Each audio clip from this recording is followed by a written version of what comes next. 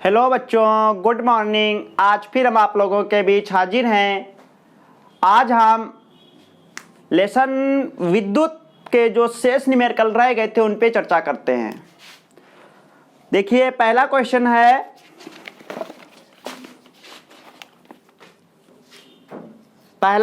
है, ये बिंदु ए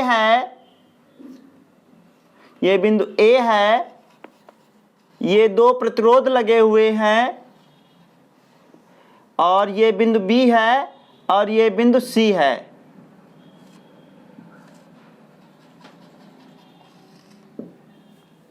ये जो है 3 ओम का है और ये 6 ओम का है और ये 6 ओम का है। पूछ रहा है संलग्न परिपथ में ए बी व ए सी के बीच तुल्य प्रतिरोध, ए बी व ए सी के बीच तुल्य प्रतिरोध। तो पहले ए बी के बीच में तुल्य प्रतिरोध निकालेंगे। देखिए, जब हम ए बी के बीच तुल्य प्रतिरोध निकालेंगे तो परिपथ जो बनेगा अपना वो इस टाइप से बनेगा और इसको हम ऐसे बैटरी से जोड़ देंगे। कुछ समझ में आया? क्या करते हैं, ये रफ बना लेते हैं, ऐसे हम बैटरी से जोड़ देंगे, ठीक। अब ये धारा जब इस तरीके से बहेगी, मान लेते हैं कि आई धारा बहती है, ठीक। तो जब धारा आई बिंदु ए पर पहुंचेगी तो देखिए, कुछ धारा इधर चली आएगी और कुछ धारा इधर जाएगी। समझ में आ गया? जो भी धारा इस प्रतिरोध में आएगी वो देखिए सी पर पहुंची और सी से फिर बिंदु बी पर पहुंची, लेकिन जो भी धारा यहां पे आई हो, मान लो I1 धारा आई है, तो जो I1 धारा आई है क्या ये दोबारा डिवाइड हुई है? नहीं डिवाइड हुआ है ना। इसीलिए जो ये R1 व R2 प्रतिरोध होगा वो किस क्रम में हो जाएगा? श्रेणी क्रम में हो जाएगा। किस क्रम में हो जाएगा? श्रेणी क्रम में हो जाएगा। और इधर धारा मान लीजिए I2 आ रही है, तो जो ये धारा आ रही है I2, वो जब इधर से I1 धारा और इधर से I2 धारा जब आएगी तो मिल जाएगी आपस में बिंदु बी पर और ये फिर से I धारा बन जाएगी और फिर ये ऐसे ही क्रम चलता रहेगा, ठीक। तो चित्र से क्या स्पष्ट हुआ कि R1 व R2 जो हैं वो श्रेणी क्रम में है और जो R3 होगा, जो श्रेणी क्रम में है, तो श्रेणी क्रम में जो तुल्य प्रतिरोध R डैश आएगा वो और जो R3 प्रतिरोध होगा ये समांतर क्रम में हो जाएंगे। देखिए क्या बनता है, R1 व R2 श्रेणी क्रम में है। किस क्रम में है? श्रेणी क्रम में। तो क्या बन जाएगा? श्रेणी क्रम के लिए होता है R बराबर R1 प्लस R2। लेकिन जो ये R है ये A और B के बीच का तुल्य प्रतिरोध नहीं होगा, इसीलिए हम R डैश मान लेते हैं इससे, ठीक। और R1 का मान 6 है, R2 का मान 6 है, तो ये हो गया 12 ओम। तो ये R डैश का मान जो आया है वो 12 ओम का आया है। कितना आया? 12 ओम। जो R डैश है ये 12 ओम आया, ठीक। इसके बाद जो R डैश और R3 किस क्रम में है? इसके बाद R डैश व R3 समांतर क्रम में है। किस क्रम में है? समांतर क्रम में। जब ये समांतर क्रम में है तो तुल्य प्रतिरोध क्या बनेगा? 1/R बराबर 1/R डैश प्लस 1/R3। मान लगा देते हैं। R डैश का मान है 12 और R3 का मान है 3। हर बराबर करने के लिए इसको 4 से गुणा कर लेते हैं और एलसीएम बन जाता है 12। 1 + 4 = 4 बन गया 5/12। 1/r। क्रॉस मल्टीप्लाई करेंगे तो आ जाएगा r बराबर 12/5। 5 से भाग करते हैं, 5 दूनी 10, बचा 2 और 5 को 20, 2.4। तो r बराबर आ जाएगा 2.4। ठीक, तो r बराबर क्या आ गया? 2.4। ठीक, तो ए बी के बीच जो तुल्य प्रतिरोध आया है 2.4, वो सबको समझ में आ गया? नोट कर लीजिए। इसके बाद अब हम ए और सी के बीच तुल्य प्रतिरोध निकालते हैं। देखो क्या बनेगा।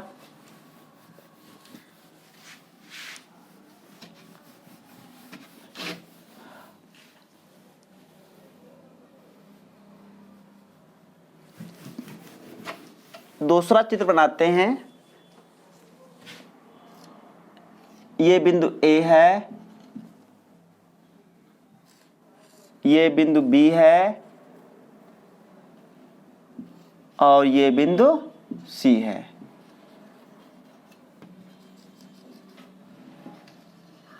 ये 6 ओम का है, ये 6 ओम का है और ये 3 ओम का है। अब की बार हमें ए और सी के बीच निकालना है, तो अब की बात परिपथ कैसा बनेगा? इस टाइप से बन जाएगा। ये क्या हो जाएगी?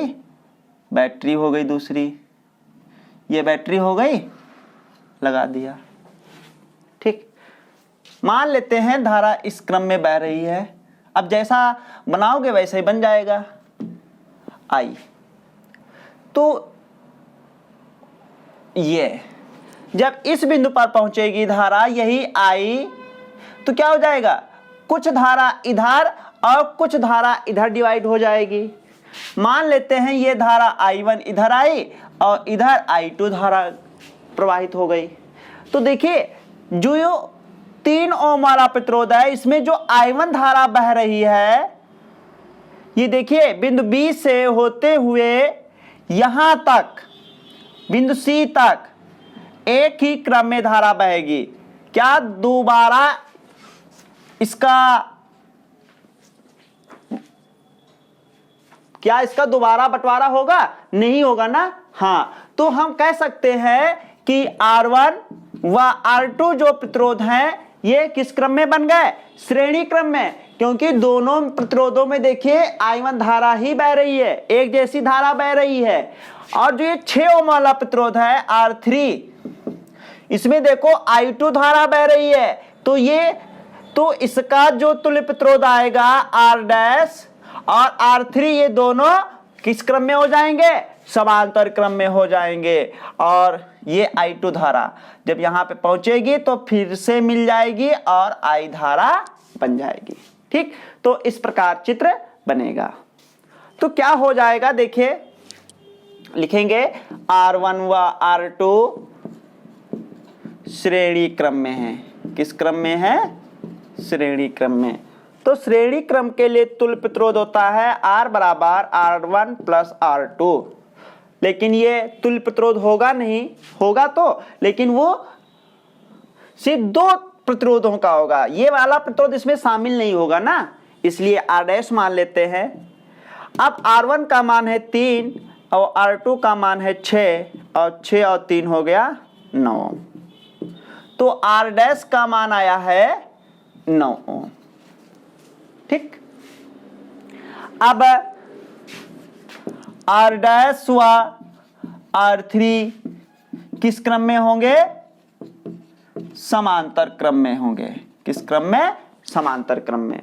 और समांतर क्रम के लिए सूत्र बन जाएगा 1/r बराबर 1/r dash plus 1/r3। R dash की वैल्यू 9 और R3 की वैल्यू 6। हर बराबर करने के लिए इसको हमने 2 से गुणा कर दिया और इसको 3 से, तो एलसीएम हो गया 18। तो 2 कम 2, 3 कम 3, बन गया 5/18। और जब क्रॉस मल्टीप्लाई करेंगे और उसके बाद R की वैल्यू आ जाएगी 18/5। 5 से भाग करते हैं, 5 या 15, 3 बचा, दशमलव लगा लिया, 5 छक्का 30। तो कितना आ जाएगा? ए और सी के बीच जो तुल्य प्रतिरोध आएगा वो 3.6 ओम आएगा। सभी लोग कर लीजिए।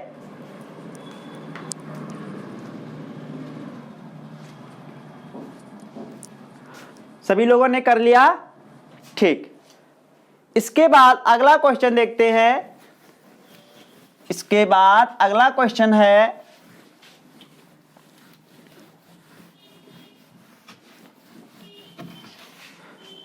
बाद अगला क्वेश्चन है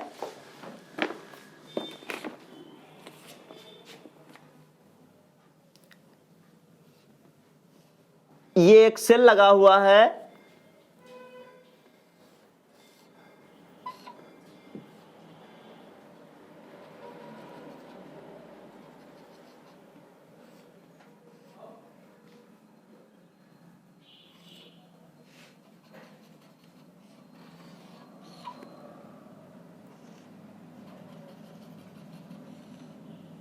इस प्रकार। ये हो गया प्लस, ये माइनस, और इसका ई दिया है 3 वोल्ट। ये है 2 ओम का, ये भी है 2 ओम का, ये है 1 ओम का, ये है 1 ओम का। पूछ रहा दिए गए परिपथ में परिपथ का तुल्य प्रतिरोध निकालना है और परिपथ की धारा निकालनी है। परिपथ की धारा, देखिए तुल्य प्रतिरोध कैसे निकालते हैं।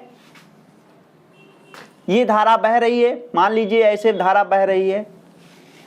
जब ये धारा यहाँ पे पहुंचेगी तो देखिए ये 2 भागों में बट जाएगी, और फिर 2 भागों में बटने